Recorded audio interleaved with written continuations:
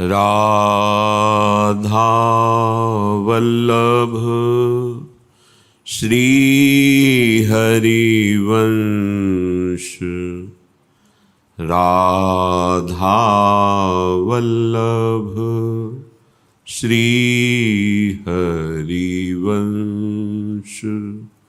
राधा वल्लभ श्री हरिवंश। राधा वल्लभ श्री हरिवंश। वृंदावनेश्वरी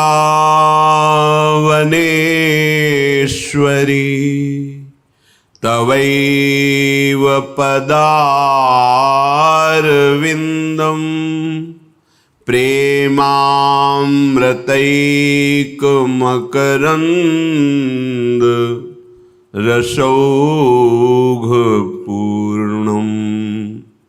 हृद्यर्पितं मधुपते स्मरतापमुग्रम् निर्वापयत् परम शीतलमाश्रयामि। निर्वापयत् परम शीतलमाश्रयामि। राधा राधा राधा राधा।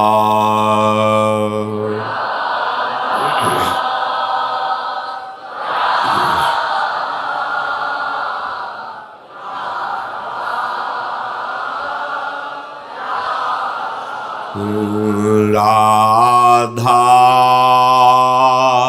राधा राधा राधा।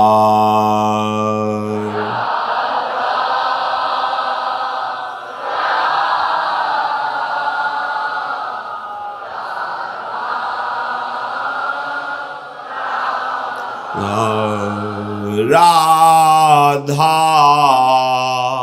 राधा राधा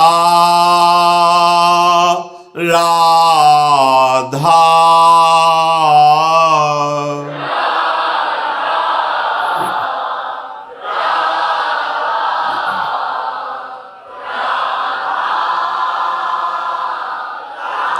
राधा राधा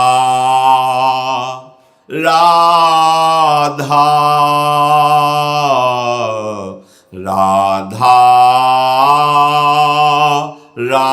राधा।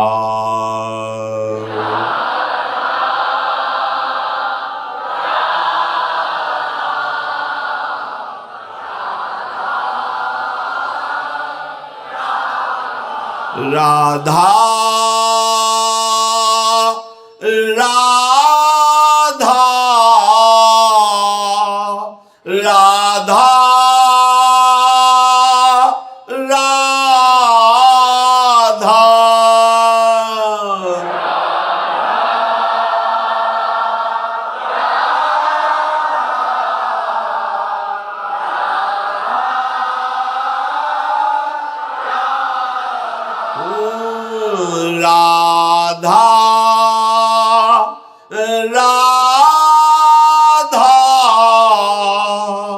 राधा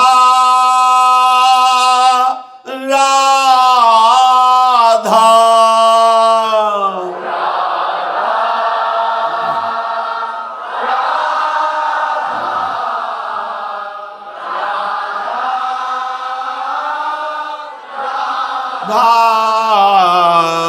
राधा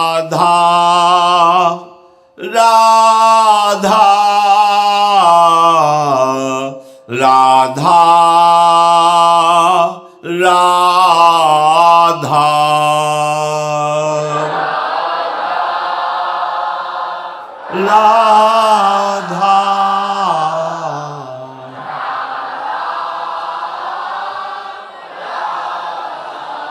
श्री राधा वल्लभ लाल की जय। परम सच्चिदानंद घन प्रेमानंद स्वरूप नवनिभृत निकुंज महामहिम परम पावन श्री वृंदावन धाम, श्री वृंदावन धाम के लाडिले युगल सरकार श्री प्रिया प्रीतम जो समस्त हित परिकर निज परिकर श्री प्रियालाल प्रेम स्वरूप वृंदावन में प्रेम स्वरूप सहचरियों के मध्य प्रेममयी क्रीड़ा करते रहते हैं।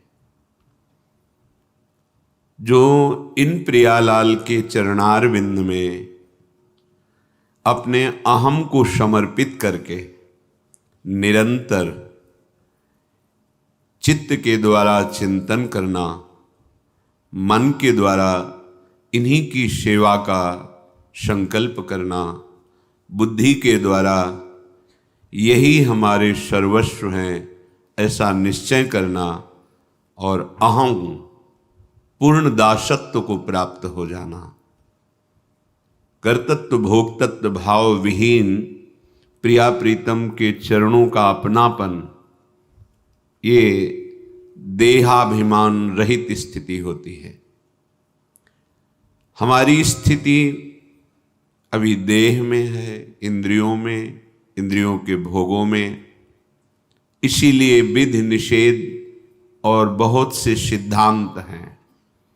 नहीं, ये ऐसी स्थिति है जहां अहम का दासत्व में परिवर्तन, चित्त की एक एक वृत्ति श्यामा श्याम में, मन का सेवा के लिए उल्लसित होकर के ही भाव करना और बुद्धि के निश्चय में एकमात्र श्यामा श्याम, और उसके ऊपर कोई विधि निषेध लागू नहीं है। वेद भी उससे नमस्कार करके आगे बढ़ो, वेदातीत स्थिति है तो वेद भी नमस्कार करके उसे आगे बढ़ा देते हैं कि हमारी सीमा को तुम पार कर गए हो। प्रेम वेदातीत स्थिति है। श्रीपाद प्रबोधानंद जी महाराज कह रहे, क्वा धर्मः क्वा अधर्मः क्वा च विविध मर्यादिक कथा, क्वा भद्रम क्वा अभद्रम क्वा च विषम दृष्टयुध भोलवः, इहि श्री वृंदावन भुवि समस्तम स्थिर चरम, यदि ज्ञातम राधापति रति महाचिद रस घनम। यदि ऐसी स्थिति आपकी हो गई है तो आप चिदघन रस, चिदानंद रस को प्राप्त हो रहे हैं। अब उसके लिए ये शास्त्रीय सिद्धांत शासन नहीं करते। क्वा धर्म क्वा धर्म, बहुत ऊंची स्थिति है। यहां न कोई धर्म है न कोई अधर्म है। ये धर्मातीत स्थिति, फिर अधर्म की तो कहीं कोई वृत्ति ही नहीं रह सकती। धर्मातीत, सर्वधर्मान परित्यज्य, भगवान जो आदेश कर रहे हैं वो स्थिति है। किसकी? बोले जो यदि ज्ञातम राधापति रति महाचिद रस घनम, जिसको ये ज्ञान हो गया है कि चिद चिद लक्षणम सर्वम राधा कृष्णमयम जगत, मेरे प्रिया प्रीतम ही विविध रूपों में प्रकाशित हो रहे हैं। ये जो नानात्व है ये है नहीं, जो है वो दिखाई नहीं दे रहा, जो दिखाई नहीं दे रहा उसी का अनुभव हो जाना, ये सिद्ध पुरुष का लक्षण है। वो चिदानंद रस में स्थित हो जाता है। अब उसके लिए क्या धर्म है, क्या अधर्म है, क्या कल्याणमय है, क्या अकल्याणमय है, क्या विधि है, क्या निषेध है, ये सब बातें बहुत दूर हो जाती हैं। जहाँ प्रेम का स्फुरण होता है वो चिदानंद में भाव देह को प्राप्त हो जाता है। उसी भाव देह से चिदानंद रस का अनुभव होता है। जब तक ये देह अभिमान है तब तक धर्म अधर्म विधि निषेध कल्याण अकल्याण इन सब का शासन ये छोड़ना है, ये पकड़ना है। लेकिन जब प्रीति का उदय हुआ तो न लाज तीन लोकन की, न वेद को कहो करे, न शंख भूत प्रेत की, न देव जच्छते डरे। सुने न कान और की, द्रवे न और इच्छना। ये स्थिति वेदान्नपि सन्न्यस्ति, समस्त वेद सिद्धांतों का भी ये पूर्णतः त्याग होता है, पूर्ण स्थिति, वेदातीत स्थिति। इसीलिए भगवान अवतार लेते हैं।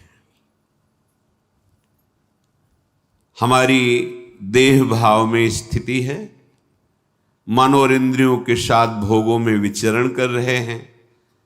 तो नवनिभृत निकुंज में जो प्रिया प्रीतम अद्भुत प्रेम में सुख की वर्षा कर रहे हैं, चिदानंद रस की वर्षा हो रही है, वहां हमारी कैसे पहुंच हो, कैसे हम इस देह भाव को छोड़ें। इसीलिए भगवान का अवतार होता है। भगवान ने जो प्रगट में कहा परित्राणाय साधूनाम विनाशाय च दुष्कृताम, इसके लिए उनको अवतार लेने की जरूरत नहीं है। भगवान यम में इतनी सामर्थ्य है कि अनंत ब्रह्मांडों का वो शासन कर सकते हैं। काल दंड उनके हाथ में विराजमान है। यम पास में बंधा हुआ और काल दंड के द्वारा प्रहार किया हुआ कोई त्रिभुवन में नहीं बच सकता। भगवान वरुण देव अपने वरुण पास में बांध लें तो किसी की ताकत नहीं कि उसे नष्ट कर सके। कितने से भगवान के द्वारा स्थापित लोकपाल हैं, प्रजापति जन हैं। भगवान को कुछ बलवान दुष्टों का संहार करने के लिए आना पड़े और कोई सामर्थ्यशाली ही नहीं है, बहुत सामर्थ्य भगवान ने दी है, अनंत शक्तियां हैं उनकी। पर ये प्रगट में समझाने के लिए भगवान ने कहा, वस्तुतः भगवान का अवतार अपने प्रेमी जनों को सुख प्रदान करने के लिए और वो लीलाएं जिनका गायन और श्रवण करके ये अद्भुत चिदानंद रस की प्राप्ति होती है। पर हम जब भगवान की लीलाओं को गुरुजनों के चरणों में बैठकर सुनते हैं, उनके आश्रित होकर उपासना करते, तभी रहस्य समझ में आता है भगवान भी वही लीला कर रहे हैं जैसे मनुष्य। वो बुद्धि मलिन होने के कारण ये बात उसको समझ में नहीं आती है कि भगवान अपनी महिमा से उतरते हैं। कोई भी उन्नति को प्राप्त होता है,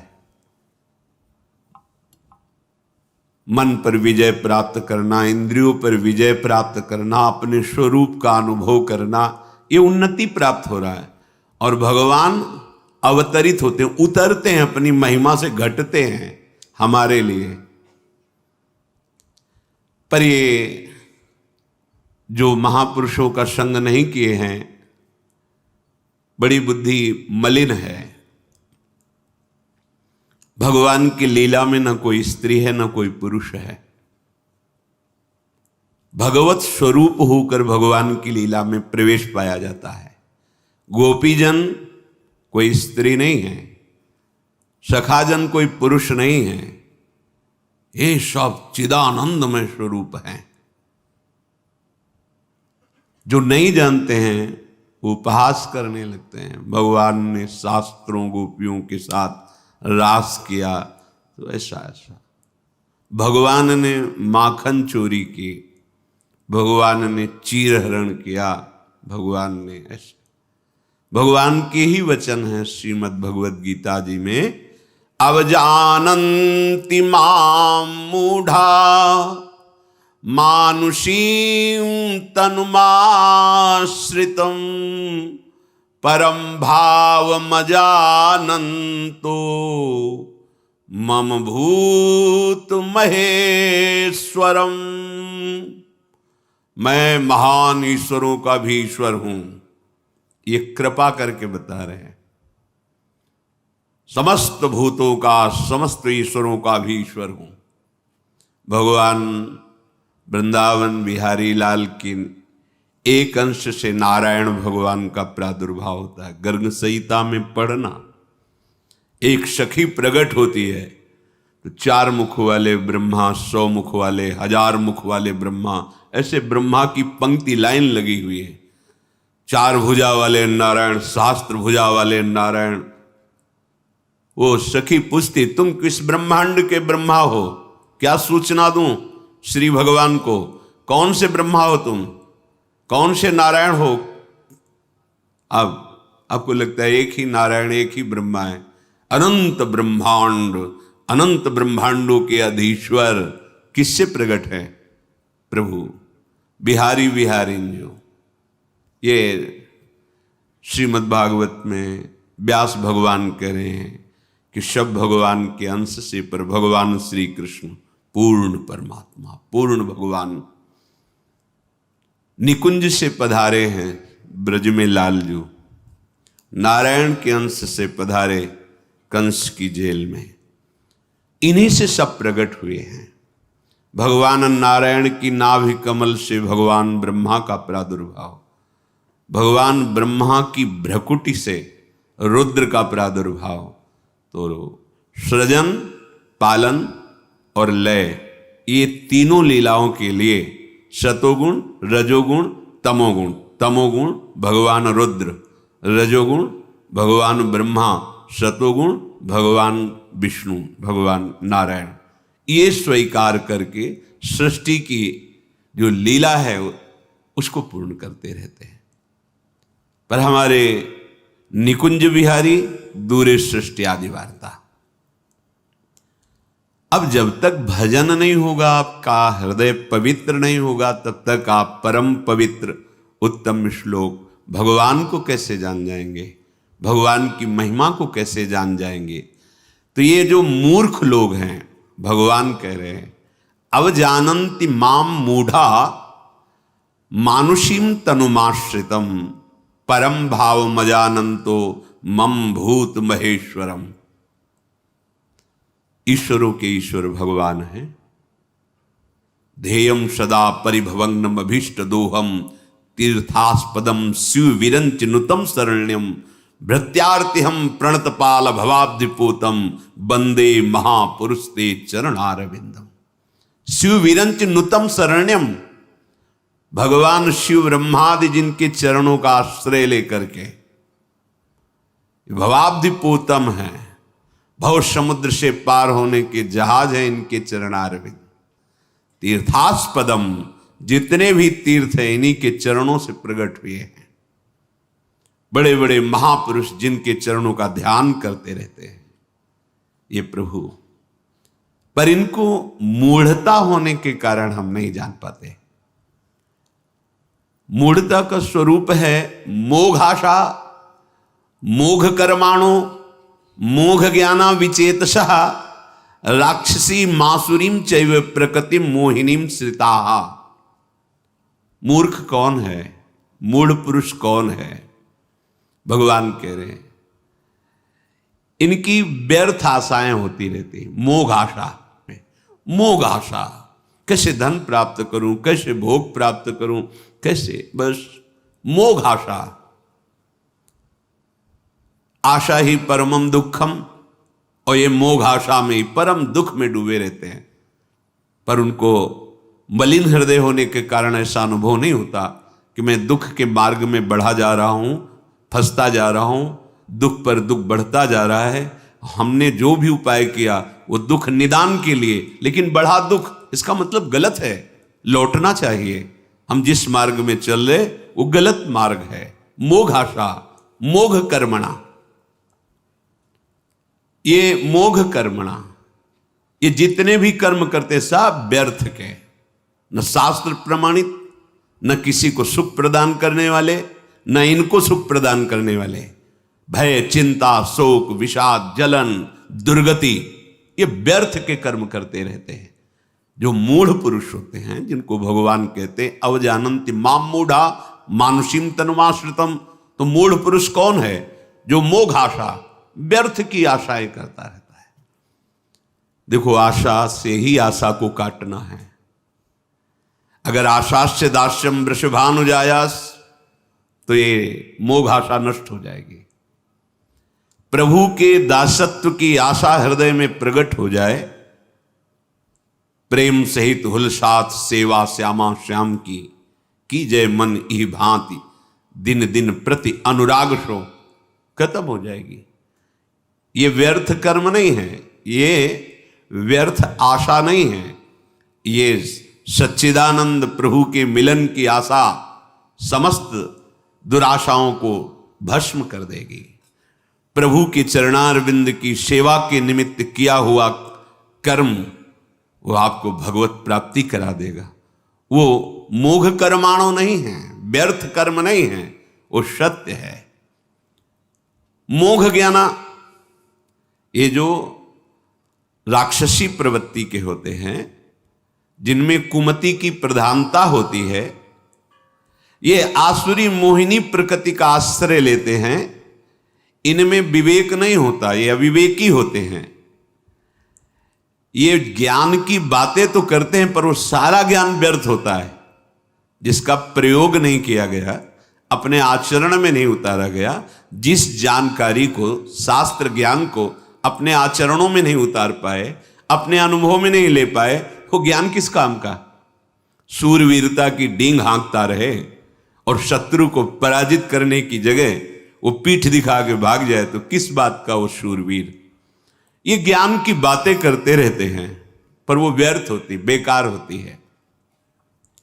उनकी आशाएं व्यर्थ, उनके कर्म व्यर्थ, उनका ज्ञान व्यर्थ। वो कोई भी सतमार्ग का आचरण नहीं करते हैं, क्योंकि उनमें मूढ़ता छाई रहती है।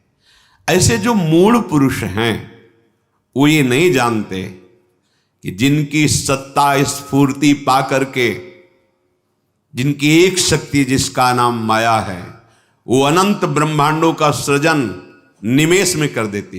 ये पलक झपकने को निमेष कहते हैं। ऐसे भगवान के ऐसे में प्रभु का इशारा पाकर उनकी माया शक्ति अनंत ब्रह्मांडों की रचना कर देती है। चर अचर स्थावर जंगम समस्त प्राणियों को एक निमेष में प्रकट कर देती है। उस महान सामर्थ्यशाली प्रकृति का संचालक, प्रवर्तक, शासक, संरक्षक केवल श्री भगवान हैं। ये अज्ञानी जन नहीं जानता, तुम्हें दिखाई नहीं दे रहा, ये उसी की सब सत्ता है, उसी की महिमा है। तेरे से सूर्य प्रकाशित होते हैं, तेरे से वायु चलती है, तेरे से पृथ्वी टिकी हुई है। कहाँ है तू? अनंत आकाश फैला हो, तुम्हें पता नहीं चल रहा कोई है महान ईश्वर। अगर तेरी इच्छा से होता तो तुम मरना नहीं चाहता, मरना पड़ेगा तेरे को। बुढ़ापा नहीं चाहता, आता है बुढ़ापा। दुख नहीं चाहता, बर्वत भोगना पड़ता है। कोई ईश्वर है, कोई महान, जो सबका न्याय कर रहा है, जो सब पर शासन कर रहा है, जो सबका प्रवर्तक है, जो सबका संरक्षक है, जो सबका अधीश्वर है, जिसके एक इशारे मात्र से इस महान ब्रह्मांडों की रचना है। देखो, 7 नीचे 7 ऊपर, ऐसे अनंत ब्रह्मांड। ब्रह्मांड निकाया निर्मित माया, रोम रोम प्रतिवेदक है। महान ईश्वरों का ईश्वर, बम भूत महेश्वरम। हे हृदय नाच पड़ना चाहिए, मैं ऐसे स्वामी का सेवक हूं। सोचो, मैं ऐसे स्वामी का सेवक हूं जिनकी निमेष मात्र में अनंत ब्रह्मांडों का सृजन, चर अचर, संपूर्ण प्राणियों की रचना एक निमिष में कर देती है। उस महामाया का संचालन करने वाले अधीश्वर भगवान है। उन्हीं की सत्ता से सत्ता है। प्राणी उनको भूल करके जो जो कर्म करता है वो विविध लोकों में भटकता रहता है। उन लोकों में भी उन पर शासन और विधान उन्हीं का चलता है, प्रभु का। जितने देवता हैं इनको एक सीमित शक्ति दी गई है, उसके अनुसार वो आप पर शासन करेंगे। क्रम है। जैसे यहां देखो ना, एक कोतवाल में जो सामर्थ्य दी गई, उसके ऊपर उसके अधिकारी में, उसके ऊपर उसके क्रम से देखो अधिकार बढ़ता चला जाता है। फिर कहते हैं ये राष्ट्रपति हैं। तो अनंत ब्रह्मांडों का जहां से बल, शासन प्रकट होता है वो भगवान श्री कृष्ण है। सब क्रम से पहुंचोगे तो इन्हीं के चरणारविंद मिलेंगे। जो सबका ईश्वर है, सबका स्वामी है, सबका मालिक है, वो है भगवान श्री कृष्ण। पर ये मूढ़ पुरुष नहीं जानते। ये मूढ़ पुरुष कैसी कैसी बातें, इनकी सुनने लायक बातें नहीं। ये बातुल भूत विवश मतवारे, ते नहीं बोले हैं बचन विचारे। ये दुर्गति को प्राप्त होने वाले जन हैं। इनकी बातें नहीं सुननी चाहिए। बात सुननी चाहिए जो जितेंद्री है, जो मनोनिग्रही है, जो शास्त्र विधान के अनुसार चलता है, भगवत आराधना में युक्त है, उसकी बात सुनो ध्यान देकर, परम मंगल हो जाएगा।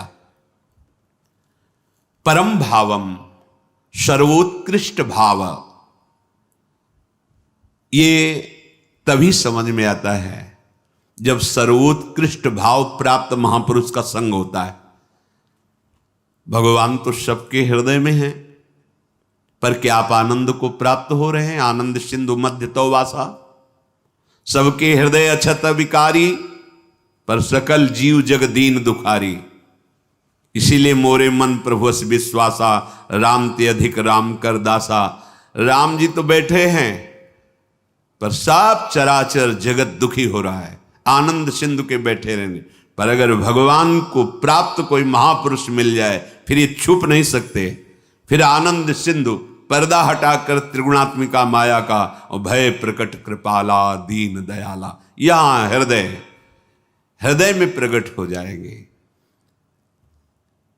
जो सर्वोत्कृष्ट प्रभाव वाला है, ना करने में और उलट फेर करने में, जो नहीं हो सकता वो भी करने में, जो सर्वतंत्र स्वतंत्र है, वह है भगवान श्री कृष्ण।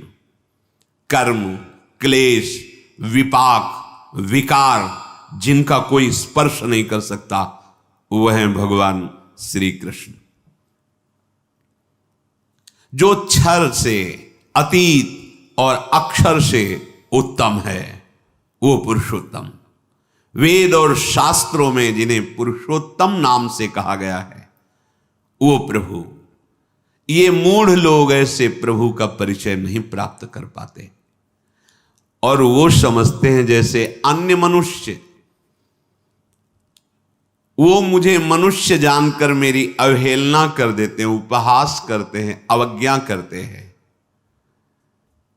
प्रभु जब ये देह धारण करते हैं तो प्रभु का सच्चिदानंदमय देह होता है। अब पांच भौतिक देह में तुम्हारी बुद्धि फंस गई है तो तुम चिदानंद को क्या जानो? प्रभु अंगुली से सुन सकते हैं, प्रभु जांग से देख सकते हैं, सर्व सामर्थ्यशाली। हम कान से ही केवल सुन सकते हैं। भगवान चिदानंद में है। कैसे कोई वर्णन करे उस चिदानंद का? राम तर्क बुद्धि मन वाणी, जहां मन वाणी का भी प्रवेश नहीं। ये साधारण मनुष्य जो भगवद विमुख जन है, साधारण कौन? पहला शब्द जो भगवत विमुख है, कैसे जाना जाए? जो शरीर में आसक्त है, कुटुंब परिवार में आसक्त है, धन संपत्ति पद अधिकार को ही सुख मानता है और केवल इसी में अपने चित्त को जोड़े रहता है, बस वही है साधारण मूढ़ मनुष्य। क्या परिचय? जो शरीर में आसक्त है, परिवार में आसक्त है, भोगों में आसक्त है और इसी का चिंतन करता रहता है, धन और पद यही जीवन की उपलब्धि है जिसकी, वही मूढ़ पुरुष है। क्यों? जिसलिए आया था उस सच्चिदानंद को जान नहीं पाया, उसका भजन नहीं किया और व्यर्थ के सब कार्य। जब शरीर छूटेगा, न तुम्हारी विद्या, न तुम्हारा पद, न तुम्हारा धन, न तुम्हारा संबंधी, न तुम्हारा शरीर, कोई साथ नहीं जाएगा। तो हुआ ना सब व्यर्थ।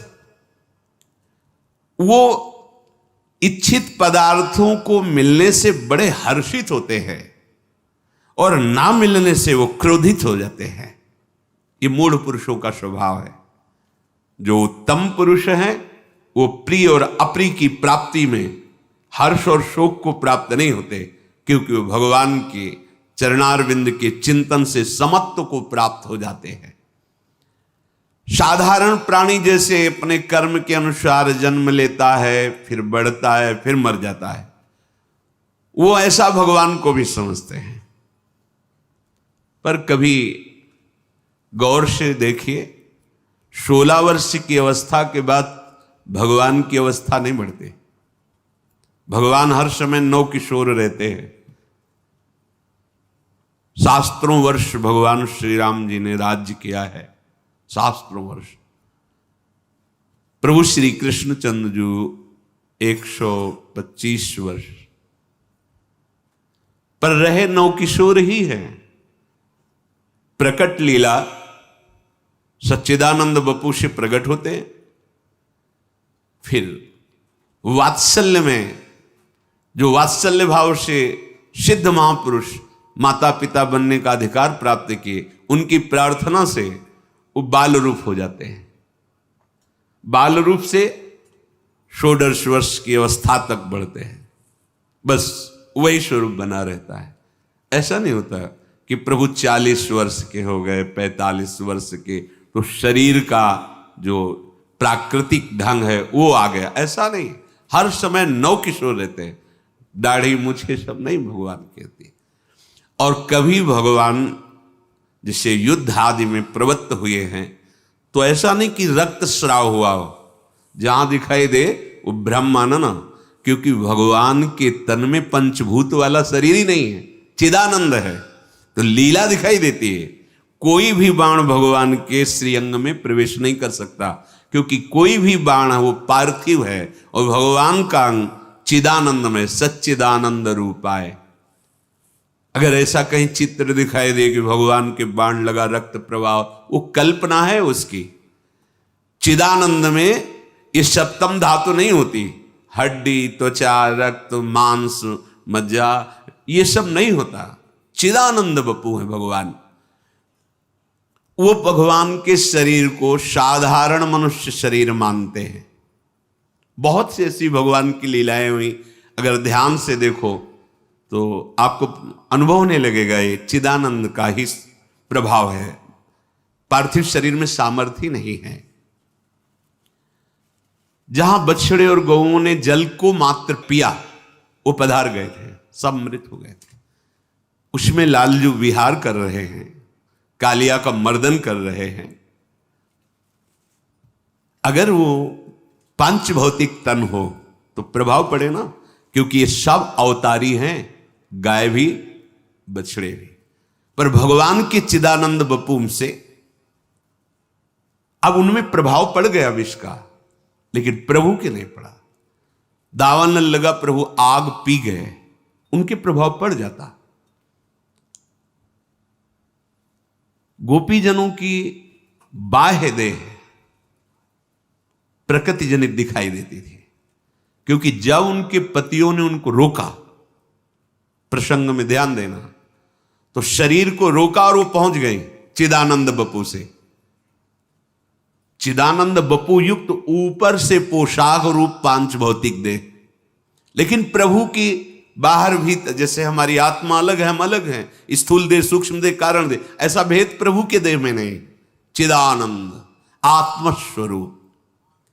ये जो माया के परवश जीव, साधारण जीव हैं, ये प्रभु श्री कृष्णचंद्र जी कह रहे हैं वो अपने जैसा मुझे मानते हैं कि इनका भी शरीर ऐसा है। ये कामादि विकार इन देहों में होते हैं, माया रचित देहों में। जैसे आत्मा पर ना किसी शस्त्र का प्रभाव, ना अस्त्र का, ना अग्नि का प्रभाव, ना जल का, ना वायु का, आत्मा पर प्रभाव नहीं पड़ता। नैनम छिन्दन्ति शस्त्राणि नैनम दहति पावका न चैनम क्लेदयन्त्यापो न शुष्यति मारुता। अक्लेद्य है, अशोष्य है, अदाय है। ऐसे संपूर्ण भगवान का शरीर आत्मस्वरूप है। तो जब किसी अस्त्र शस्त्र अग्नि काम आदि का प्रवेश ही नहीं, जो काम विजयी होता है वो देह भाव रहित आत्मस्वरूप में स्थित महापुरुष होता है। नहीं स्वात्मा रामम विषय मृग तृष्णाम भ्रमयति, जो आत्म तत्व में स्थित है, कोई भी विषय उसे विचलित नहीं कर, विषय का प्रवेश ही नहीं वहां। जो आराधना करके आत्मा, और जो सबकी आत्माओं के परम आत्मा है, वो आत्म स्वरूप देह है भगवान का, सच्चिदानंद बपू। उसमें इन विकारों का काम क्रोध लोभ मोह मद मत्सर या जन्म मृत्यु, इनका लेस मात्र, इनकी नाम की आराधना, इनके चरण की आराधना करने वाला इनका विजयी बन जाता है, जीवन मुक्त हो जाता है। फिर भगवान में इन विकारों को कहां पर, ये मानुषी तनुमाश्रितम, भगवान के इस देह को भी मनुष्य जैसा मानकर उसे साधारण समझते हैं। भगवान शरीर के आश्रित नहीं होते। शरीर के आश्रित तो वे ही होते हैं जो कर्म करते हुए कर्ता भाव को प्राप्त होकर कर्म किए हैं।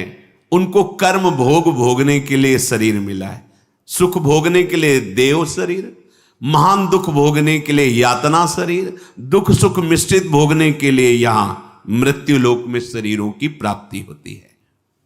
पूर्वकृत कर्म के अनुसार शरीर बनता है, परंतु भगवान का जो श्रेयंग है वो कर्मजन्य नहीं है, वो ब्रह्मा की रचना नहीं कि ब्रह्मा ने भगवान को बनाया। जैसे सब देव मानव पशु पक्षी जितना जड़ चैतन्य है वो सब ब्रह्मा जी के द्वारा प्रकट किया। सबके पितामह, सबके प्रजापति भगवान ब्रह्मा हैं, और जो ब्रह्मा को प्रकट किए वो भगवान नारायण हैं।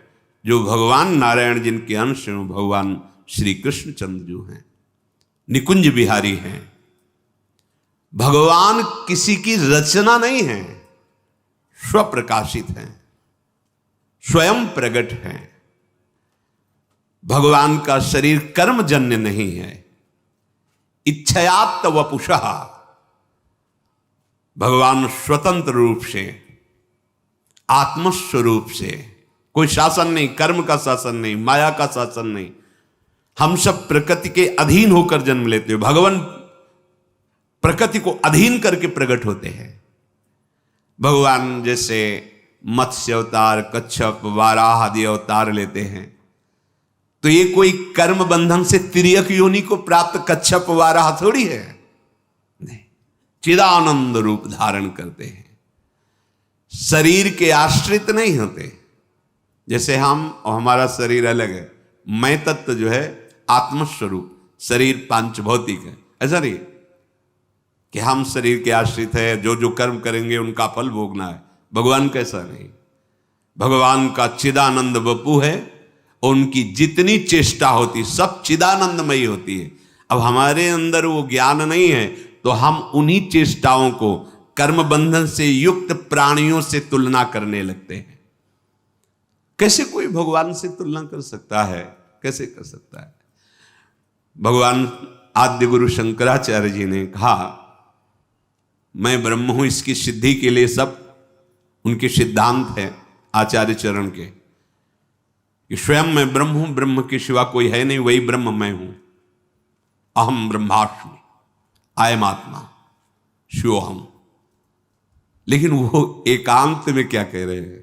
षटपदी है उनकी, एकांत में कह रहे हैं सत्यपि भेदापगमे नाथ तवाहम नमाम कीनस्त्वम सामुद्रो ही तरंगा क्वचिन समुद्रो न तारंगा। नाथ, यद्यपि सिद्धांत में हम में आप में बिल्कुल भेद नहीं है, बिल्कुल सत्य विषय है, सिद्धांत है, एकोहम बहुश्यामा, पर प्रभु अभेद होते हुए भी बहुत बड़ा भेद है। क्या? समुद्र से तरंगें प्रकट होती हैं नाथ, पर किसी तरंग में ताकत नहीं कि समुद्र प्रकट कर सके। वायु विकार नष्ट हुआ तो तरंग समुद्र रूप हो गई, तो इसीलिए ब्रह्म हो गया वो। देहाभिमान नष्ट हुआ, आत्मस्वरूप में स्थित हुआ, ब्रह्म स्वरूप है, कोई संशय नहीं, अकाट की बात है। चाहे भक्ति से देखो चाहे ज्ञान से देखो, वो भगवत स्वरूप को ही प्राप्त होता है। बस विकार नष्ट हुआ तो तरंग नाम की चीज नहीं, समुद्र ही है। पर प्रभु भेद इतना है कि समुद्र में अनंत तरंगें प्रकट होती हैं, पर एक तरंग की ताकत नहीं कि समुद्र प्रकट कर सके। बहुत महिमामयी बात आद्य गुरु भगवान शंकराचार्य जी ने कही। ये जो नहीं जानते हैं वो भगवान श्री कृष्ण को ऐसा कहने लगते हैं। 5 किलो का एक बांट लीजिए और ऐसे अंगुली में रखिए, देखो कितने घंटे रख सकते हो? 7 दिन 7 रात 5 किलो का बांट रख के दिखाओ। 21 किलोमीटर में फैले हुए गिरिराज जी को हमारे सरकार 7 वर्ष की अवस्था 7 दिन 7 रात ऐसे, कहीं भगवान की समानता कर सकते हो? उनकी बाल लीला देखो। अभी 6वां दिन है, छठी का दिन है, उत्सव मनाया जा रहा है। देवता कांपते हैं जिससे ऐसी बलशाली है पूतना। कंस के आग्रह से वायु हुई थी, उसको सेवा मिली थी ब्रजमंडल में, जितने 10 दिन के अंदर प्रकट हुए बालक है सब मार दिए जाए। बड़ा उत्सव बाबा के दरबार में मच रहा था, लाला का छठी उत्सव मनाया जा रहा, सब ब्रजवासी। तो भगवान ने सोचा है और किसी के घर जाएगी तो हमारे सखाओं को बाधा पहुंचाएगी। उसके मन में एकदम प्रेरणा हुई कि ये सब उत्सव मनाने जाते हैं, जिसका पहले उसी को मारें फिर अन्य सबको। सीधे वाह जी, इतना सुंदर रूप रखा कि मैया यशोदा और रोहिणी मैया ने तो समझा कि साक्षात लक्ष्मी जी पधारी है अपने प्रीतम के दर्शन करने के लिए। साविस्तम, ऐसा सुंदर रूप, नूपुरों की झनकार करती हुई अंदर प्रवेश कर रही। किसी की हिम्मत नहीं कि पूछ ले तुम कौन हो, कहां से आए हो, सब रास्ता देते चली जा रही। शायद अगर पूछती रोकती तो कुछ राक्षसी पना दिखाती, पर अवसर ही नहीं मिला। सामने देखा पालने में अनंत ब्रह्मांडों का पालन करने वाला छोटे छोटे चरणारविंद से खेल रहे, उठा लिया, अपने स्तन का पान करा। छठी का दिन है, ऐसी महाबली पूतना, महान सामर्थ्य, देवता कांपते हैं। 6 कोस में उसका शरीर गिरा था, 6 कोस। ब्रजवासी जैसे कोई बड़ा पेड़ नहीं, जैसे कई ब्रजवासी लग करके ऐसे कुल्हाड़ से काट काट के उसके शरीर, और दिव्य सुगंध निकल रही, क्योंकि भगवान का स्पर्श हुआ, भगवान ने स्तन, और उसको जो मैया यशोदा को गति, वो उसको गति। कर सकते हो? कैसे तुम तुलना कर सकते हो? कोई 1000-2000 गोपी नहीं है, यूथ की यूथ गोपियां हैं, और सबके पार्श्व में श्री कृष्ण है, सबके गलबहियां दिए हुए श्री कृष्ण है। अगर कहा जाए तो गणना ही नहीं कर सकते कितनी गोपीजन, यूथ की यूथ गोपियां हैं। वेद की ऋचाएं, दंडकारण्य के महर्षि, मिथिला की कितनी कितनी गोपिकाओं के विभाग का शास्त्रों में वर्णन। और जब रास हो रहा है तो हर गोपी के पास श्री कृष्ण है, मनुष्य है। हर गोपी की बाहु में अनंत ब्रह्मांडों के स्वामी श्री कृष्ण है। सबको अनुभव हो रहा है, मेरे पार्श्व में मेरे प्रीतम विराजमान। अनुभव नहीं है साथ, कहां कितना उनकी लीलाओं को धैर्य से सुनो, तुम्हारी बुद्धि पवित्र होगी तो समझ में आने लगेगा। प्रकृतिम स्वाम अधिष्ठाय संभवामि भगवान प्रकृति को अधीन करके प्रकट होते हैं। हम सब प्रकृति के अधीन होकर पैदा होते हैं।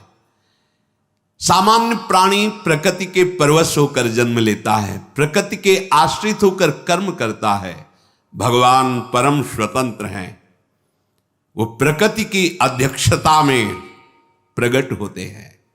मूढ़ लोग प्रभु के अवतार के रहस्य को न जानकर, प्रभु को मनुष्य शरीर मानकर धारणा क्या बनी हुई है, क्या बनी हुई? क्या तुम स्त्री शरीर के समीप रहकर काम विजयी हो सकते हो? तुम्हारे अंदर यह भावना रहेगी कि ये स्त्री मैं पुरुष हूं, क्या इस भावना से रहित हो सकते हो? और जो महापुरुष हो गए हैं उनकी मैं 7 दिन 7 रात्रि तक 9 युवतियों द्वारा परमहंस श्री सुखदेव जी जनक जी के महल में सेवित हो रहे, हर समय दिगंबर रहते थे सुखदेव जी। क्या हुआ? रोज सूचना पहुंचती थी, बोले जैसे आए थे वैसे ही है। अरे जिनका नाम लेकर, जिनके चरणों का ध्यान करके ऐसी परमहंस स्थिति होती है। ठाकुर हरिदास जी के बाद 3 दिन वैश्या, क्या हुआ? अरे जिनका नाम लेकर भक्तों की ऐसी स्थिति होती है, उन भगवान में कहीं काम भाव होगा? उन भगवान में कहीं किसी शरीरों के श्रृंगार या स्पर्श से सुख होगा? सुख सिंधु को किसी सुख की जरूरत है? अच्छा, उनके सिवा और है कौन? गोपी नाम च तत्पति नाम सर्वेशामेव च, जो गोपियों के पतियों के, जो चराचर जगत की आत्मा है, वही बने हुए, वो अपने आप में खेल रहे हैं। पर वो अपने आप से अपने आप में खेलना वो बिना भजन के नहीं जान सकते, वो कोई काम चेष्टा नहीं है। पर ये मूढ़ मानुषी तनुमाश्रितम, वो समझते हैं कि भगवान मेरे जैसा ही शरीर धारण करके मैं जिस काम आदि के अधीन होकर चेष्टा करता हूं, ऐसे भगवान की अधीन। वो भगवान तो माखन चोरी किए। अरे वहां बर्तन नहीं रखते थे नंद बाबा के घर में कि भाई भगोने में मक्खन रखा है या बाल्टी में दूध रखा है। 10 लाख गौएं तो कहां कुंड बने हुए थे। कुंड, ये दूध का कुंड, ये दही का कुंड, ये माखन का कुंड, घी का कुंड, बाबा के यहां कुंड थे। लाला अगर दिन भर स्नान करता रहे तो भी लाला माखन नहीं पा रहा जाके। उन महर्षियों ने जो तप किया और गोपी स्वरूप से आए, उनका भाव पाने के लिए, उनको सुख देने के लिए, जैसी गोपी भावना करती है, लालजू महाराज उस चेष्टा को अपना भजन मानते हैं, अपनी सुख का अनुभव करते और उसी चेष्टा से जाकर उसको सुख प्रदान। काश ऐसा होता, लाला ऐसे करता, ऐसा करता, वैसे ठाकुर ये यथा माम प्रपद्यन्ते तास तथैव भजाम्य हम। ये जो मूढ़ पुरुष हैं, ये नहीं जानते कि अनंत ब्रह्मांडों के उत्पन्न, पालन और लीन करने की सत्ता इन्हीं से स्फूर्ति होती है। वो अवहेलना करते हैं प्रभु की। नहीं सुनना चाहिए ऐसे लोगों की बातें, नहीं मानना चाहिए। अगर ऐसे लोगों के पास बैठोगे, ऐसी बातें सुनोगे तो भगवत विमुख हो जाओगे। जो हम सुनते हैं, देखते हैं, बोलते हैं, वही मनन होता, जो मनन होता वही हमारी स्थिति होती है। ये उत्पत्ति विनाशशील पदार्थों को सत्य मान करके उनका संग्रह करना और भोगना, यही इनका उद्देश्य रह जाता है। वो ये नहीं जान पाते। जन्म कर्म च मे दिव्य मेवं यो वेत्ति तत्वतः त्यक्त्वा देहं पुनर्जन्म नैति मामेति सोऽर्जुन। भगवान कह रहे हैं, बड़ी कृपा करके भगवान अवतार लेते हैं। ये दुष्टों को मारना भगवान के लिए कोई बात नहीं। एक संकल्प करते हैं तो सृजन पालन लीला उसी संकल्प से चलती रहती है। अनंत ब्रह्मांडों का सृजन निमेष में उनके लिए, बोले कंस को मारने के लिए भगवान का अवतार हुआ, रावण को मारने के लिए भगवान, जिनकी एक इच्छा मात्र, एको हम बहुश्यामा। कैसे कैसे ये केवल अनुग्रहाय भूतानां मानुषम देहिमास्थिता भजते तादृशी क्रीडा या श्रुत्वा तत्परो भवेत। भगवान कृपा करके अवतार लिए हैं। जो उनके प्रेमी जन हैं उनको सुख प्रदान करने के लिए, जो भूले हुए जन हैं उनको ऐसी लीला जिसका गायन करके, श्रवण करके परम पवित्र हृदय होकर उनकी प्राप्ति कर ले। भगवान की लीला गायन श्रवण से जैसी पवित्रता प्राप्त होती ऐसे और किसी साधन से नहीं। कि रत्नावती जी ने केवल भगवान की महिमा सुनी, लीला सुनी, महान भागवत भक्त भूप कहकर उनको नाभाजी ने संबोधन किया। मथुरा की ब्राह्मण पत्नियां केवल भगवत चर्चा सुनी, उसके प्रभाव से भगवत साक्षात्कार हुआ। भगवान कृपा करके अवतरित होते हैं, ऐसी लीलाएं करते हैं जिनको हम गा करके, सुन करके, चिंतन करके भगवान की प्राप्ति करते हैं। इसलिए भगवान कह रहे हैं जन्म कर्म च मे दिव्य। भगवान के जन्म कर्म दिव्य हैं, हमारे पार्थिव हैं। भगवान जन्म मृत्यु से सर्वथा अतीत है। वैसे जो भगवान के स्वरूप का वर्णन है, भगवान ही कह रहे हैं अजोपि सन्न्यव्ययात्मा भूतानामीश्वरोऽपि सन् प्रकृतिं स्वामधिष्ठाय संभवाम्यात्म मायया। मैं अजन्मा हूं, मां के गर्भ में नहीं जाते भगवान। जैसे देवकी मैया या कौशल्या मैया अनुभव होता है, ना होने पर कितना नानात्व का अनुभव हो रहा है। अरे एक स्वप्न में देख लो, न कोई वस्तु होती है, न व्यक्ति होता है, न कोई प्रिय होता है, न कोई अप्रिय होता है, लेकिन सब कुछ होता है। इस जगत में एक प्रभु के सिवा कुछ नहीं है। देख लो, सब दिखाई दे रहा है, क्या है? ये माया है। उसी भगवान की माया से ऐसा अनुभव होता है मेरे गर्भ है, पर भगवान गर्भ से नहीं प्रकट होते। भगवान बाहर प्रकट जहां भी अवतार हुआ देख लीजिए आप। कंस कारागार में भगवान पहले अपने स्वरूप में प्रकट होते हैं, चतुर्भुज परमेश्वरशाली महामहिम स्तवन करते हैं वसुदेव जी, देवकी जी। फिर कहते प्रभु आप इस स्वरूप में नहीं, आपने कहा था कि मैं आपको आपके वात्सल्य भाव का सुख देने वाला रूप धारण करूंगा, पर प्रभु जब आप वो रूप धारण करेंगे मुझे भय लग रहा है कि कहीं कंस कोई अमंगल न कर दे। भगवान देखते देखते बालक बन गए। ऐसे ही चक्रवर्ती सम्राट महाराज दशरथ जी के महल में भी कौशल्या जी के सामने भगवान पहले अपने स्वरूप में प्रकट हुए, फिर माता पुनि बोली सोमति डोली तजहु ताते रूपा कीजय शिशु लीला अति प्रीशीला सुसुख परम मनूपा। तो सुनि बचन सुजाना रोदन ठाना होई बालक। ऐसा नहीं हुआ कि भगवान जैसे अपने गर्भ में रहते हैं 9 महीने फिर प्रकट होते हैं, ऐसा नहीं। भगवान प्रकट होते हैं। माता ने स्तवन किया कि आप शिशु लीला का वरदान दिए थे कि आप हमारे ये सौभाग्य कि आप हमारे पुत्र हो, तो आप उसी रूप में आओ। सुनि बचन सुजाना रोदन ठाना वही बालक स्वरूपा। उसी समय भगवान बाल स्वरूप हो जाते हैं। यद्यपि भगवान करे अजोपि सन्न्य व्यय आत्मा, मैं अजन्मा हूं, अजह अजन्मा हूं, अव्यय आत्मा, मैं अविनाशी हूं, फिर भी अपने भक्तों के लिए, संपूर्ण प्राणियों के परम कल्याण के लिए मैं अपनी प्रकृति को अधीन करके प्रकट होता हूं, देह धारण करता हूं। जब तक हम भजन नहीं करेंगे तब तक भगवान की लीला, भगवान की महिमा को हम नहीं जान पाएंगे, क्योंकि हमारी इच्छाएं तो अभी भोगों में है। जहां इच्छा है वही ममत्व है, आसक्ति वही चिंतन है।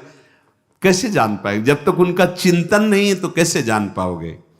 संसार का चिंतन करने वाला हृदय कभी भगवदानंद का अनुभव नहीं कर सकता, और जो भगवदानंद का अनुभव करने वाला, अनन्य चिंतन करने वाला, उसकी दृष्टि में संसार होता ही नहीं है। वहां केवल प्रभु होते, केवल प्रभु, वासुदेवा सर्वम, केवल भगवान। ये ऐसा जैसे आपको दिखाई दे रहा है तो लगता है भावना करनी होती है, ये प्रारंभिक है ही नहीं कोई, केवल प्रभु ही। देखो गोपी जन करे जित देखूं तित श्याममयी, श्याम ही श्याम, जड़ चैतन्य कछु नहीं दिखत, जित दीखत तित श्याम खड़े। भगवान जब प्रकट होते हैं तो लीला ऐसे ही करते हैं कि कोई विवेकवान भक्तिवान ही भगवान को समझ पावे, नहीं तो जैसे सत्राजित पधारे ना, तो सत्यभामा के साथ भगवान भी रो रहे थे, बड़ी विपत्ति आई, हमारे ससुर पधार गए, वैसा ऐसा लीला, ऐसी लीला करते हैं कि ये लगेगा कि भगवान है भला। हमें तुम्हें तो बात जाने दो, गरुड़ जी को नागपाश में बंद गए, मुझे छुड़ाना पड़ रहा है। इसीलिए इनकी शरण में रहकर इनसे प्रार्थना करता रहे कि कभी हमारे नेत्रों में आपकी माया का पर्दा न पड़ने पावे नाथ।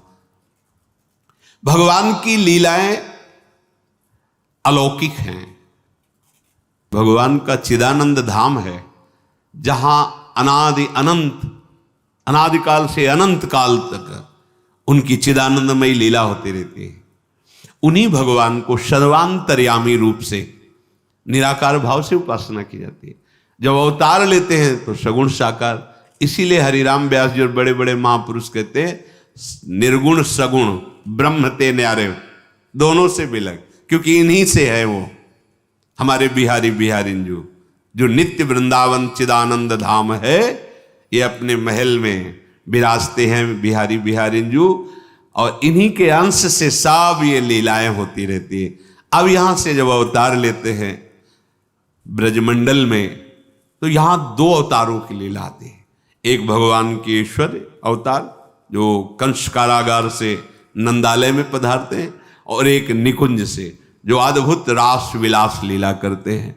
अगर ये रास विलास लीला भगवान नारायण की होती तो ध्रुवदास जी ने वर्णन किया है, शिव श्रीपति यद्यपि ललचाही मन प्रवेश तिन उनको नाही, निगमागम की कौन चलावे महाविष्णु के मन नहीं आवे, या रस को तवही अधिकारी कृपा करें जब राधा प्यारी। अगर रसिकों की वाणी का आपको परिचय नहीं है तो आप केवल पुराणों से सिद्धांतों से नहीं समझ पाएंगे, क्योंकि उसके आगे जिसे वेद कहता नेति नेति, उसके आगे रसिक जनों ने जो स्वाद लिया है, जो देखा है, वो यहां वेद रसकन की वाणी, श्री वृंदावन धाम इष्ट श्यामा महारानी, तब ये आंतरिक रहस्य समझ में आता है। गीता में भी भगवान जी ने कहा कि अनन्य भक्ति के द्वारा ही मैं संपूर्णतया जानने में आता हूं, कोई तप यज्ञ आदि के द्वारा मेरे संपूर्ण रूप को नहीं जान सकता। अनन्य भक्ति अर्थात प्रेम के द्वारा ही मैं पूर्ण जानने में आ जाता हूं। संपूर्ण प्राणियों के भगवान शासक हैं, ईश्वर हैं, पर वो अवतार लेते हैं, छोटे बनते हैं। जैसे अर्जुन जी के साथ हैं, पर वो जान पा रहे हैं कि ये महामहिम विराट यही हैं, नहीं जान पा रहे। भगवान वो दृष्टि प्रदान करते हैं अर्जुन जी को। ओ अर्जुन जी जो रूप देखते हैं अब भगवान का तो कांप जाते हैं। वही भगवान जिससे हास परिहास करते हैं, हे कृष्ण हे सखे ऐसे कहकर वार्ता करते हैं, वही भगवान जब अपने विराट रूप का वही हैं, विराट रूप लिए बैठे हैं, सारथी बने, पर क्या कभी देखे पाए? जब भगवान ने उनको दिखाया तो कांप गए। ये भी भगवत स्वरूप है अर्जुन जी, नर नारायण स्वरूप में विराजमान होकर के बद्री नारायण में सदैव तपपरायण रहकर जगत का मंगल करते हैं। ये भगवान नारायण स्वरूप ही नर हैं ये अर्जुन जी। लेकिन भगवान के विराट रूप को देखा, आप पढ़ के देखो, कांप रहे हैं। तमादि देवा पुरुषा पुराणा तुमस्य विश्वस्य परम निधानम वेत्तास्य वेद्यम परमम च धाम त्वया ततम विश्वमनंत रूपम वायुर्मग्निर्वरुणा शशांका प्रजापतिस्त्वं प्रपिता महश्च। अर्जुन क्या देख पा रहे हैं भगवान के स्वरूप को। इससे भी लगे एक भूमा रूप का दर्शन कराया। कैसे कोई पार पा सकता? अगर ये जनावे तो जान ले, नहीं तो कोई पार ही नहीं पा सकता है। आप और आप स्वयं जाकर वहां प्रणाम करते हैं, भूमा पुरुष है, प्रणाम करो इनको, जो ब्राह्मण बालकों का अपहरण करके। ये भगवान अवतार के समय अपनी शक्ति को छोटे से छोटा करके, जितना जहां जैसी आवश्यकता है वास्तव में यही भगवान की भगवत्ता है कि जो अनंत ब्रह्मांडों का शासक है वो अर्जुन के घोड़े हाँक रहा है। अर्जुन की आज्ञा, मेरा रथ है केशव ले चलो, दोनों सेनाओं के मध्य में खड़ा करो, भगवान को आज्ञा कर रहे। जैसा जैसा भाव भगवान पर किया जाता है वैसा ही अनुभव कराते हैं। सतोगुण, रजोगुण, तमोगुण, इन तीनों गुणों से अलग भगवान शुद्ध स्वरूप से प्रकट होते हैं। कोई रंग ही नहीं है जिससे, कल एक बच्ची पूछ रही थी, प्रिया जो कितनी गोरी हैं और श्याम सुंदर कितने काले हैं। गोरी प्रिया भी चकोरी की तरह जिन्हें देखती है ऐसे श्याम सुंदर है। नंद के लाल हरियो मन मोर, कौन बोल रही? हमारी स्वामिनी जी, जिनके रूप का वर्णन करने के लिए उनकी सखियां कहती तेरो रूप कहत नहीं आवे। प्यारी जी कैसी कोटि कोटि रसना जो रोम रोम प्रति होए, प्यारी जू के रूप को न प्रमाण कहो जाए। चाहे स्वामी जी बोले, चाहे हित जी बोले, चाहे ध्रुवदास जी बोले, जितने रसिक महापुरुष, ऐसा रूप प्यारी जी चकोरी की तरह देखती है। थे कहत चहत प्रीतम दिसी, बदन चंद्र मनो त्रसित चकोरी। आप देखो ऐसे हैं काले श्याम सुंदर कि गोरी प्रियाजू के नेत्र चकोरी की भांति उनके रूप लावण्य मिले। ऐसे मत समझना कि श्याम सुंदर काले जैसे है, ऐसे नहीं है। मुनि मन मोहन, विश्व मन मोहन, मदन मन मोहन और सुमन मन मोहन। नंदालय में जो खंभे हैं वो मणिजटित हैं, तो लालजू की जो प्रतिबिंब जब तो माखन खाएगा ऐसे, वो कितना सुंदर रूप। और मैया देखकर आनंद ले। सुमन मनमोहन, अपने रूप को देखकर लुभायमान हो जाते हैं और कहते हमसे दोस्ती करोगे? वो रूप दिखाई दे रहा है, बहुत सुंदर, माखन खाओगे? नहीं खाओगे? अच्छा, प्रभु अनंत ज्ञान के समुद्र, अनंत रूप के समुद्र। और प्रियालाल का जो रंग है वो प्रकृति में है ही नहीं है। प्रकृति में सतोगुण, रजोगुण, तमोगुण से ही सब कुछ प्रकट हुआ है। और प्रभु का त्रिगुणातीत रूप है, सच्चिदानंद रूप है। तो स्याही ही सच्चिदानंद नहीं तो कैसे बना है? पर जितने रूप है सब उनके हैं, क्योंकि कहो सो कहां जहां प्रभु नहीं, पर होते हुए भी अभी वो नहीं, और वही ना होते हुए भी सब जगह है। बड़ी सुंदर पहेली है, सुलझा लो तो महापुरुष हो जाओगे। सबसे परे सब में भरे वही है, पर इतने सुंदर हैं कि तुलना में कुछ है ही नहीं। अनंत ब्रह्मांडों में है ही नहीं कि कैसे श्याम रंग की तुलना।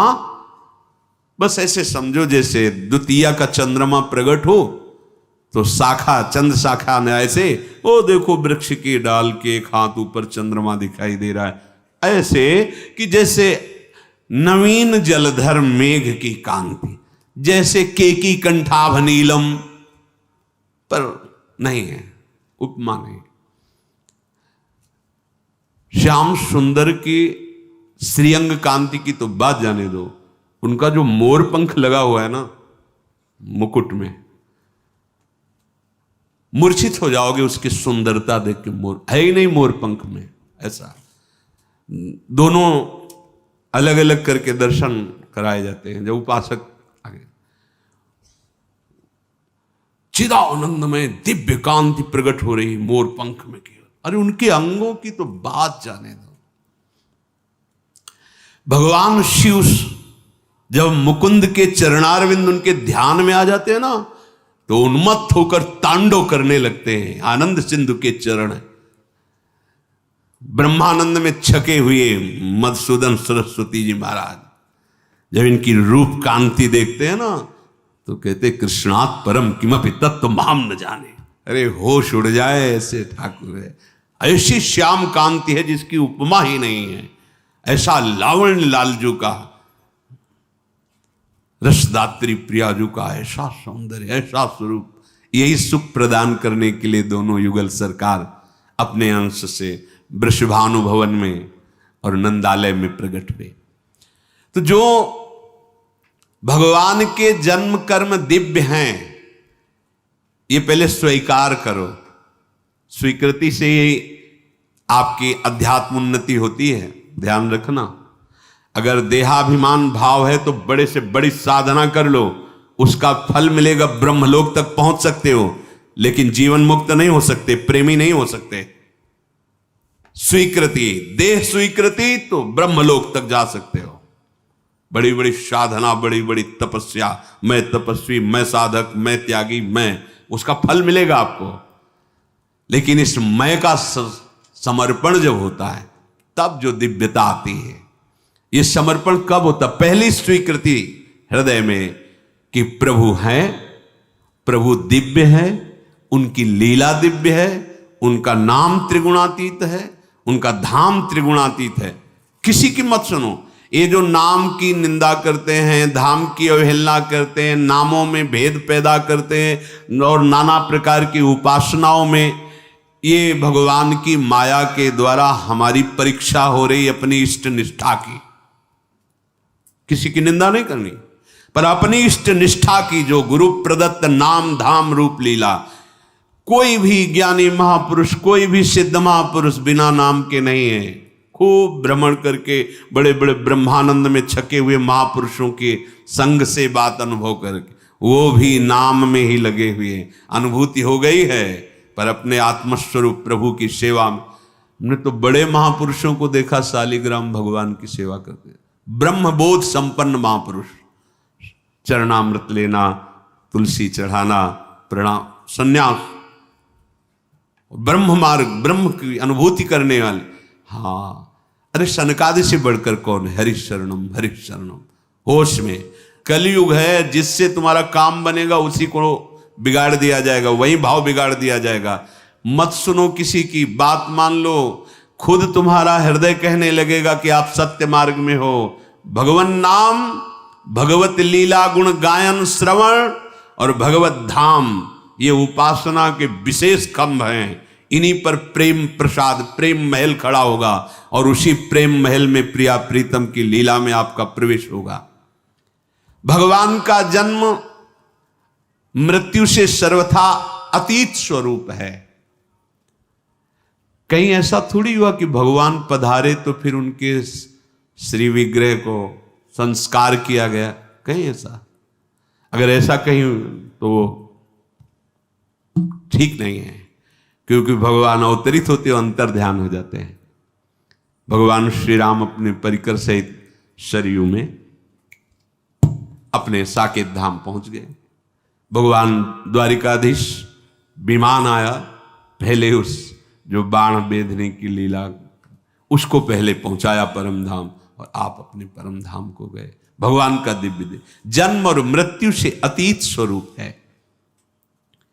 कृपा पूर्वक मात्र जीवों का हित करने के लिए स्वतंत्रता पूर्वक मनुष्य रूप या और रूप, वाराह, मत्स्य, कच्छप आदि, नरसिंह आदि, ये रूप धारण करके लीला करते हैं।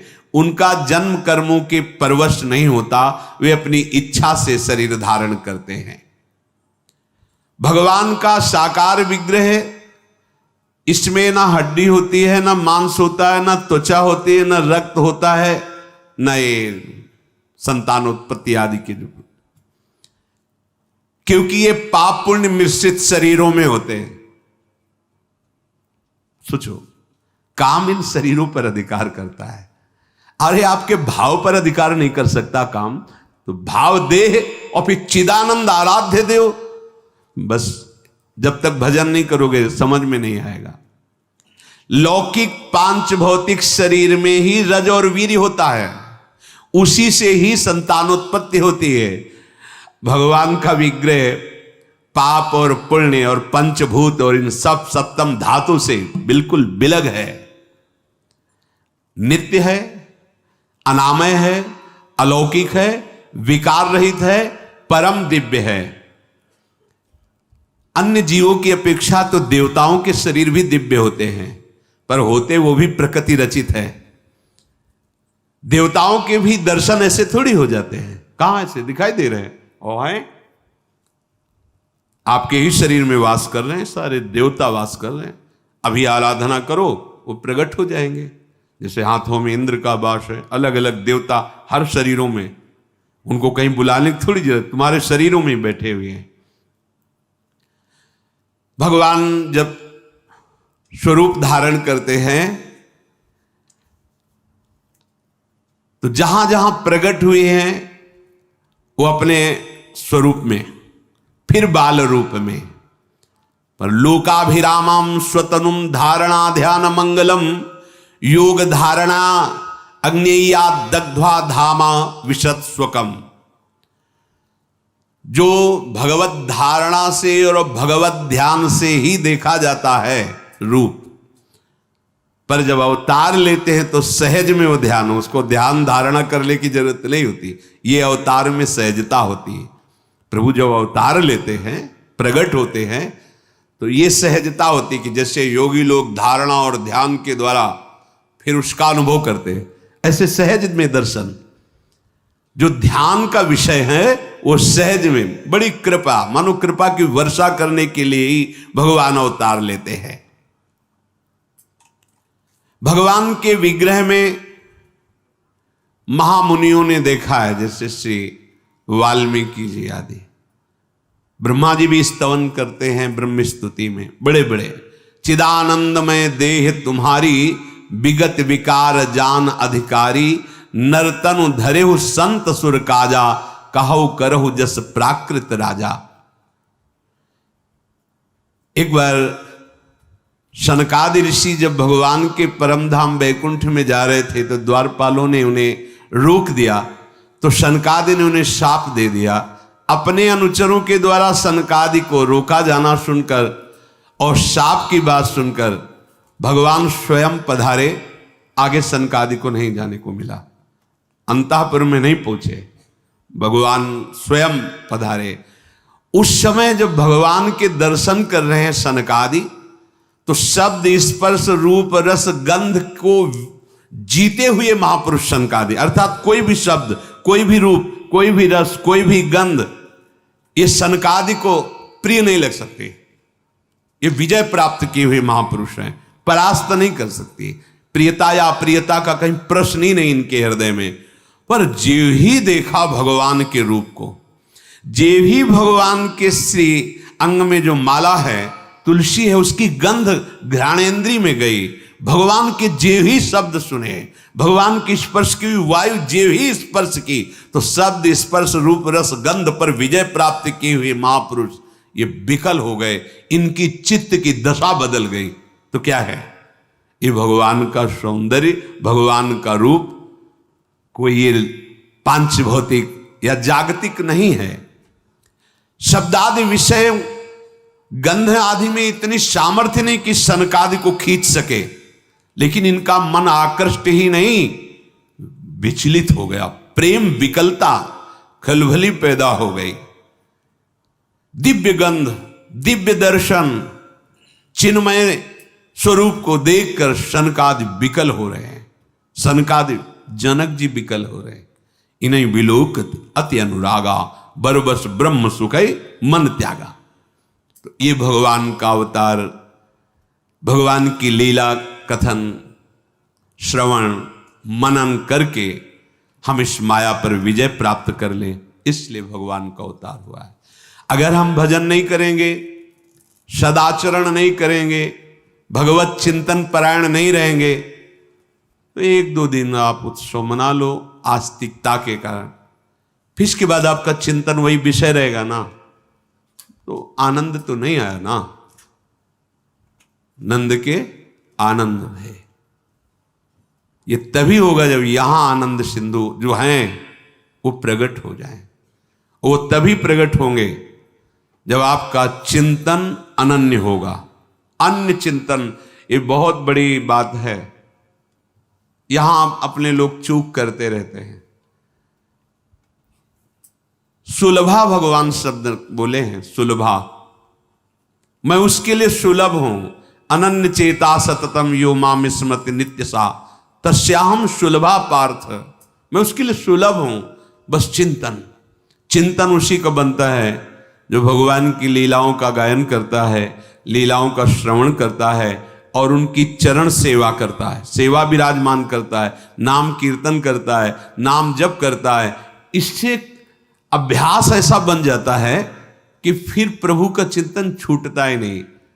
तंद्रा में है या निद्रा में है, स्वप्न में है या जागृति में है, वही बने रहते हैं, उन्हीं का चिंतन चलता रहता है। उनका चिंतन होना अर्थात भगवत प्राप्ति होना, अखंड चिंतन। फिर आप देख लेना, चिंतन संभालो। भगवान का अवतार अनन्य चिंतन करवाने के लिए हुआ है कि हमारी लीलाओं को गाओ, सुनो और उनका मनन करो, हमारा अनन्य चिंतन करो। कृपा सिंधु भगवान अकर्ता हो करके भी ऐसी चेष्टा, ऐसी क्रियाएं करते हैं जिनके केवल गाने मात्र से, देखो, सब काम से पीड़ित हृदय वाले जन ये समझ ही नहीं पा रहे सुखदेव जी महाराज क्या कह रहे हैं। भगवान श्री कृष्ण के द्वारा ये जो रास लीला की गई है, अगर इसका आप गायन करोगे तो आपका हृदय रोग, काम रोग दूर हो जाएगा। देखो, श्री हिताचार्य चरण कह रहे हैं कि जो चतुरासी जी के 84 पद हैं, इनमें उन लीलाओं का गायन है। अगर आप इन लीलाओं का गायन करोगे तो आपके हृदय में जो काम वेदना है शांत हो जाएगी। भव जल निधि को नाव, काम पावक को पानी। आपके हृदय में प्रेम प्रकट हो जाएगा, प्रेम भक्ति को मूल। आपके सारे शोक संताप नष्ट हो जाएंगे। मोद मंगल सुखदानी, और सारे वेदों का सिद्धांत सार है भगवत लीलाओं का गायन श्रवण करना। और इन्हीं नेत्रों से निर्खय जुगल किशोर, इतना लीलाओं में सामर्थ्य भरी है। अगर हम प्रभु की लीलाएं जो प्रभु प्रकट होकर किए उनका गान करें, प्रभु को ही सुनाएं और उनका श्रवण करें और उनका मनन करें और नाम जप करें, तो इसी जन्म में हमें भगवत प्रेम प्राप्त हो जाए, जो हमारे जीवन का परम लाभ है। सच्ची सच्ची, जैसे आप आंख मूंदते हैं तो अंधेरा नजर आता है ना, ऐसे आप खोले रहो या मूंदे रहो, वो गौर श्याम कांति झलकती रहती है, वो कृपा करके हृदय में प्रकाशित रहते हैं। ऐसे है तो, ऐसे है तो जिधर देखो उधर वही छाए रहते हैं। यही जीवन का परम लाभ देने के लिए भगवान अवतरित थे। बड़े बड़े जो बलशाली असुर हैं, एक संकल्प से पूरे ब्रह्मांडों का विनाश हो जाए, उनके लिए अवतार लेने की जरूरत नहीं। वो अपने प्रेमी जनों को सुख देने के लिए और प्रेम प्राप्त करने के लिए लालसा वाले उपासकों के लिए जो भगवान ने लीलाएं की, उनका गायन करें, श्रवण करें, आनंद उत्सव मनाएं। हमारे हृदय में भगवान प्रकट हो, हमारे हृदय में प्रियालाल प्रकट हो। शेष चर्चा आगे। श्री राधा वल्लभ लाल की।